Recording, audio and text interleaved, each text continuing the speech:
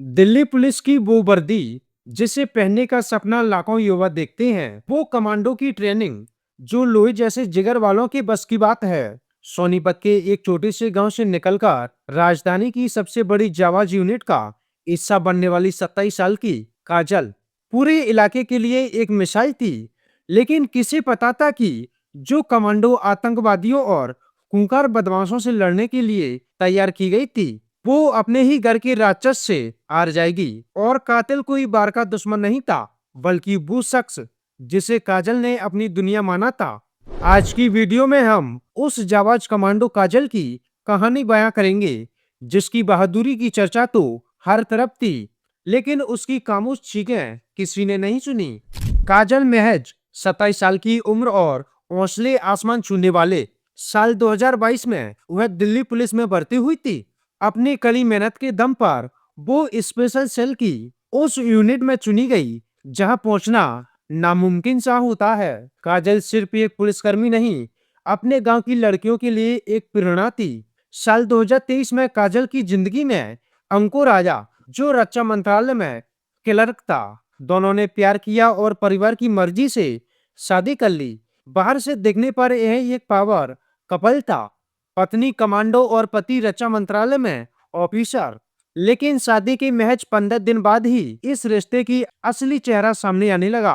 Commando की वर्दी पहनने वाली काजल को घर के अंदर दहेज के लिए उत्पीड़न किए जाने लगा। गाड़ी और पैसों की भूख इतनी बढ़ गई कि अंकुर काजल पर हाथ उठाने लगा। काजल ने सोचा कि शायद वक्त के साथ सब ठीक हो जाएगा। वो 2024 में दिल्ली में अलग रहने लगी, लेकिन अंकुर का लालच कम नहीं हुआ। 22 जनवरी की वो रात, काजल उस वक्त 4 महीने की गर्भवती थी। रात के 10 बज रहे थे जब अंकुर और काजल के बीच फिर से पैसों को लेकर विवाद हुआ। लेकिन उस रात अंकुर के सिर पर खून सवार था। अंकुर ने बड़ी बेरहमी से काजल का सिर घर के दरवाजे की चौखट पर दे मारा।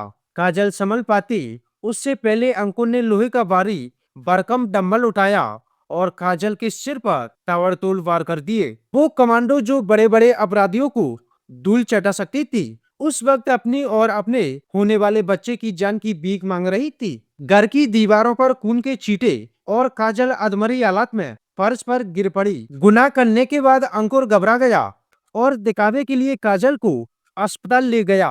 पहले मोहन गार्डन और फिर गाजियाबाद के एक प्राइवेट अस्पताल में काजल जिंदगी और मौत के बीच जूझती रही। 5 दिन तक वेंटिलेटर पर जंग लड़ने के बाद 27 जनवरी 2026 को काजल ने दम तोड़ दिया। दिल्ली पुलिस जब वारदात वाले फ्लैट पर पहुंची, तो वहां का नजारा देखकर अनुभवी अफसरों की भी रूह कांप उठी। फोरेंसिक टीम को दरवाजे की चौखट और लोहे के डंबल पर खून के निशान मिले। रिपोर्ट ने पुष्टि की कि हमला इतना घातक था कि बचने की कोई गुंजाइश नहीं छोड़ी गई थी। पुलिस ने तुरंत अपनी ही साथी के कातिल को पकड़ने के लिए जाल बिछाया। काजल के पिता राकेश और भाई निखिल ने पुलिस को बताया कि अंकुर ने फोन करके धमकी दी थी कि आकर अपनी बेटी की लाश ले जाओ। यह साफ था कि यह कोई हादसा नहीं, बल्कि एक सोची समझी हत्या थी। जो शख्स रक्षा मंत्रालय में क्लर्क की नौकरी कर रहा था, वो अंदर से एक बेरहम कातिल निकला। दिल्ली पुलिस ने केस दर्ज करते हुए आरोपी पति अंकुर को हिरासत में लिया। उस पर हत्या की संगीन धारा लगाई गई और फिलहाल वो कोर्ट के आदेश पर न्यायिक हिरासत में जेल की सलाखों के पीछे है। एक कमांडो जो समाज की सुरक्षा की शपथ लेती है, वो अपने ही घर के लालच की भेंट चढ़ गई। सोनीपत का गनौर गांव, जहां काजल की कामयाबी पर कभी ढोल नगाड़े बजे थे, वहां आज सन्नाटा पसरा है। काजल तिरंगे में लिपटी हुई लौटी, उसे राजकीय सम्मान के साथ अंतिम विदाई दी गई। पुलिस की सलामी गूंजी, लेकिन परिवार की चीखें उन बंदूकों की आवाजों से कहीं ज्यादा तेज थी। यह कहानी हमें सोचने पर मजबूर करती है। अगर दिल्ली पुलिस की एक कमांडो जो हथियारों और लड़ाई में माहिर है, वो अपने ही घर में सुरक्षित नहीं है, तो समाज की दूसरी बेटियों का क्या? दहेज और घरेलू हिंसा का यह कैंसर हमारे समाज को अंदर से खोखला कर रहा है। काजल को इंसाफ तभी मिलेगा जब अंकुर जैसे दरिंदों को उनके किए की कड़ी से कड़ी सजा मिलेगी। आपकी इस घटना पर क्या राय है? क्या काजल को और पहले आवाज उठानी चाहिए थी? अपनी राय कमेंट में जरूर दे और ऐसी ही सच्ची कहानियों के लिए हमारे चैनल को सब्सक्राइब जरूर करें।